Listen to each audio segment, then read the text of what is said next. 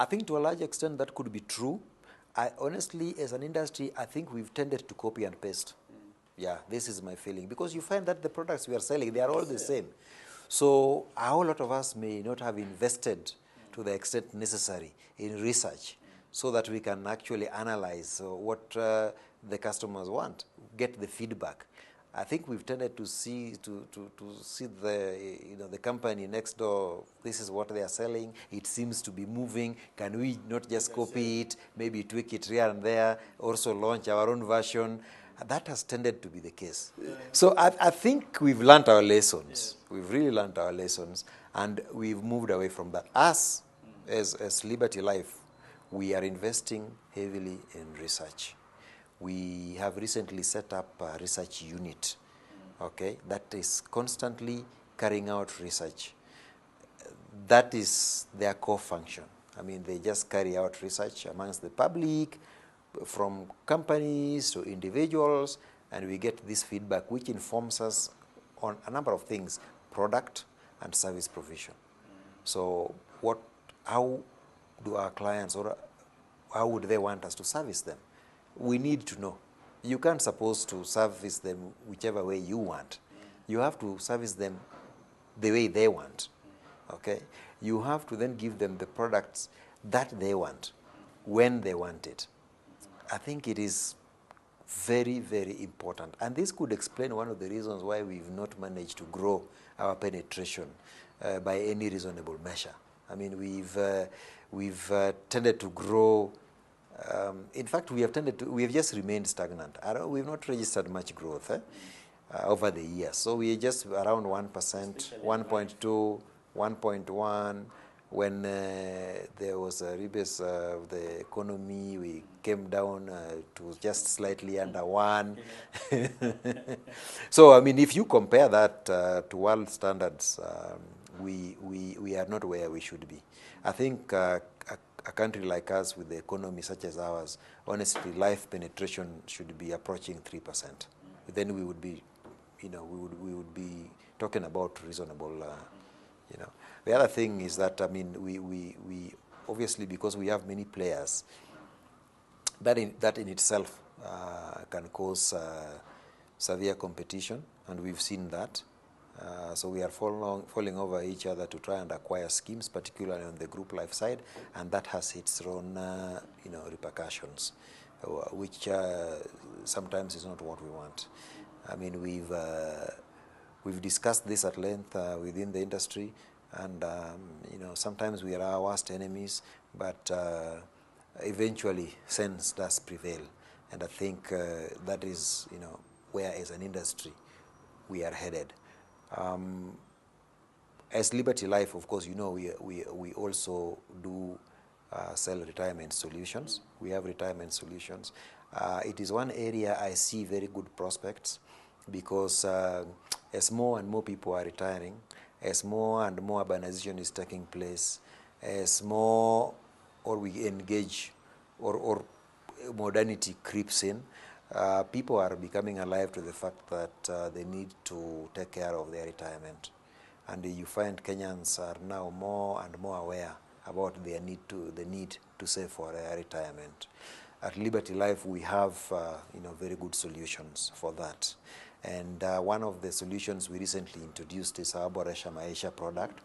Boresha Maisha product is a unique product to the extent that, first of all, being an umbrella product, we take the burden or some level of accountabilities from the trustees, okay, so that the trustees can concentrate in whatever they are doing on a day-to-day basis.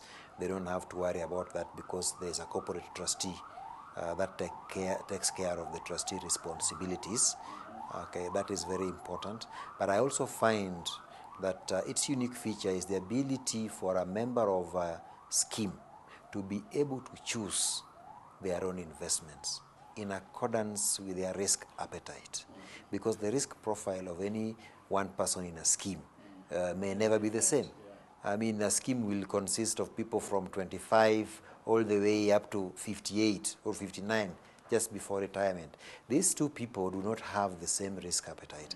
And so grouping them into a scheme, into the same scheme, with the same investment policy statement doesn't make sense. Okay? I think, or with the same investment strategy doesn't make sense. So it is important to let that 25-year-old who still has a lot of time, or to make up, even if the things did go haywire. Lose money. Yeah, to lose money here and there, they can still make it up. So they can actually afford to put a whole lot of their money into shares. They can even put up to 80% if they so wish.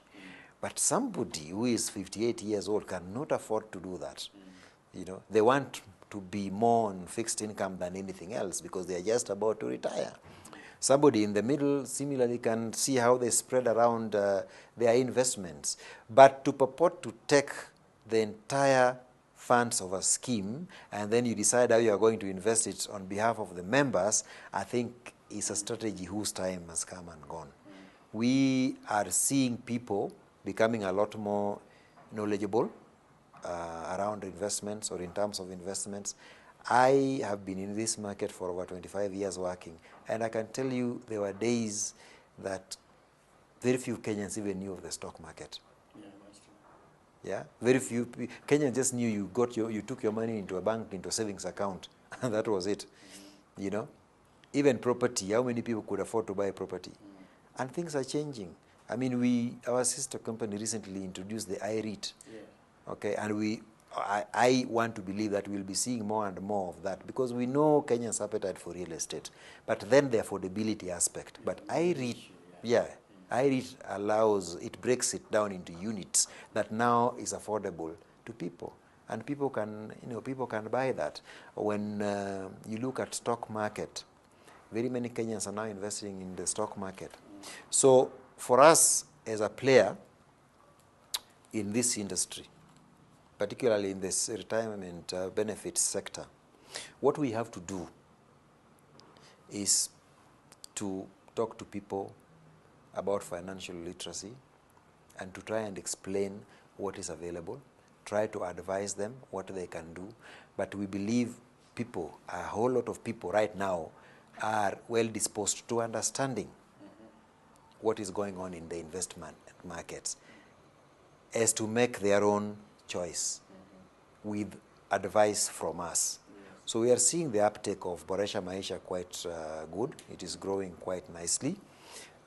We would obviously like it to grow a whole lot more aggressively than it is now, but we are happy with what we are seeing, and we are continuing to educate our potential customers on its availability and its unique features. And we are seeing more and more excitement as opposed to the pooled funds scenario, where it's like one shoe fits all. Everybody is the same. Yeah, everybody is the same. Whether you're 25, whether you're 18, whether you're 55, whether you're 60, you are in the same pool.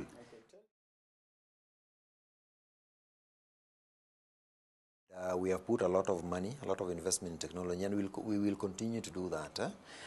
And our own very customers, I can tell you, are quite happy now as opposed to before when we were not able to do certain things.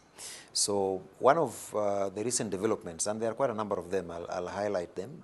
One of the recent developments which I'm actually quite happy about is the ability of customers, obviously, to get into our customer portal, access our customer portal, and be able to self-service. Because we realize that Kenyans are now actually quite accustomed to self-service through the various modes of communication that we have. So, I mean, there is the internet, there is the mobile telephony, there is, of course, there is those customers who may want to still come to the office and have a chat with our people. They are also still welcome. We are not driving away anybody, but we just want to make it simple for you to access your statements, to access our people. We, about 2 years ago, we put a call center together where access to us is now quite easy.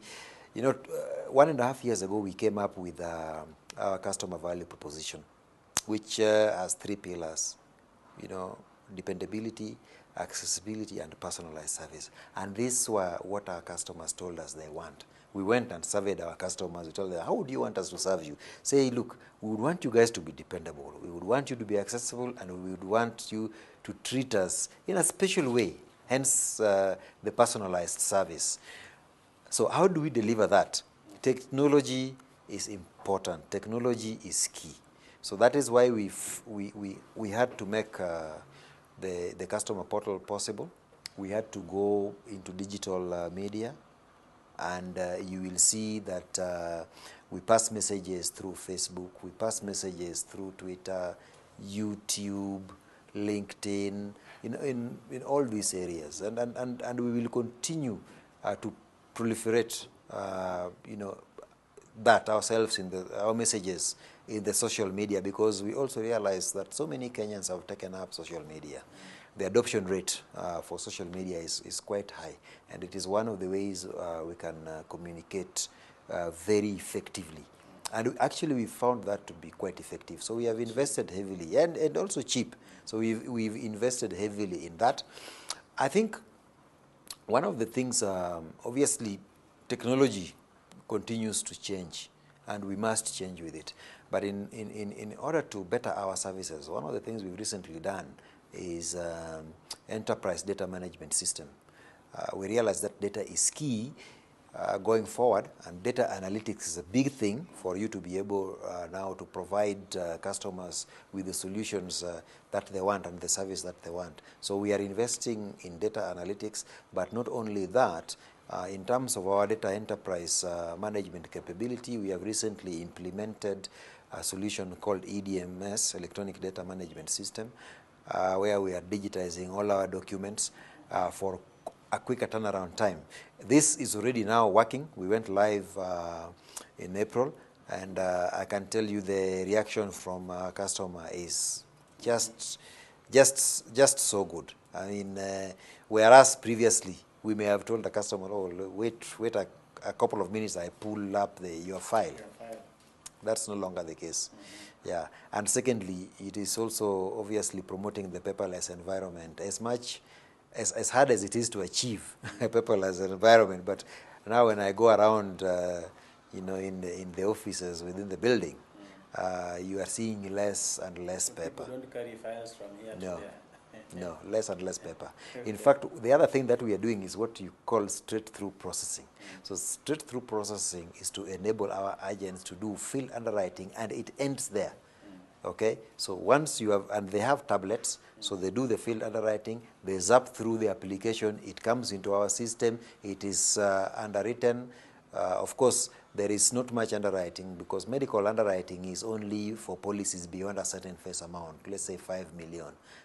And that is the way of the future, and that is where we are going. Simplicity, because even as you adopt advanced technology, simplicity is key for us.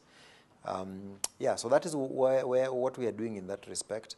I mean, we have, again, as I mentioned, at Liberty Life, we run 3 main lines. So we have the retail life line, we have the group risk line, and then we have the pension line. And each of these lines, we are looking at solutions, technological solutions that can, afford our customers the best service available.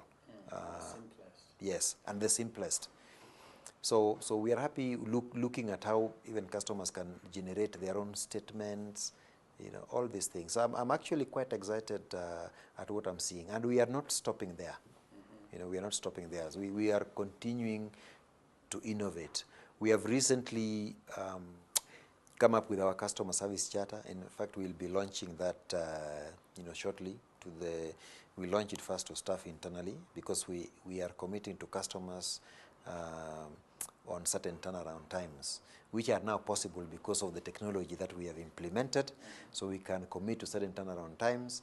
We'll be launching it to customers within the next 2 or so months, where we are promising them, this is what you must expect from us. And if you don't get it, yes, you must complain. You must complain, and it will be in the public glare. We're not going to hide anything. go to our service centers, our offices, it will be in the social media, it will be everywhere. Yeah, so really, we are putting ourselves on the line that this is what we are going to offer you. But besides that, I think one of the key things that we are also driving is financial literacy. We are driving it both as a CSR, but also in terms of just informing the customers about what is there in the financial space, because a lot of customers don't know these things. We sometimes just assume. So in terms of driving this, we intend to have certain seminars. The program has already started, but we can call people together, just talk to them about what is available, where the world is going, the new products that are available in the market, but most importantly, in terms of financial planning, where you are, what you need to do about your financial plan. So we are doing that. In terms of, by extension, the CSR activities that we are also doing. As you know, we have all along been supporting students.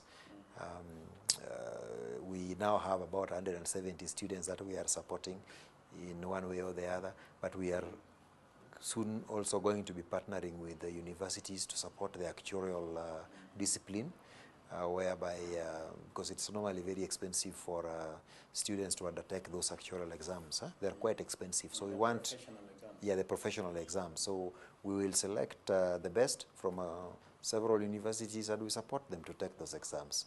They can later come back and work with us, or they can go and work elsewhere within the industry, but we will, if opportunities avail themselves, afford them the opportunity to come and work with us and get the necessary experience. It is in a small way, one small way in which we can help to develop this particular discipline, which has been so wanting here, because as you know, Kenya has lacked that particular, qualified actuaries for a long time. I mean, there have been very few, although now we are getting more and more, and it's quite exciting to see that as at the moment. In fact, one of my actuarial colleagues was advising me that there are already over 15 now who are qualified. I remember in the 90s we only had one, then two. And then you could count them in one finger, one hand for a long time. Yeah, James and Sundip for a long time.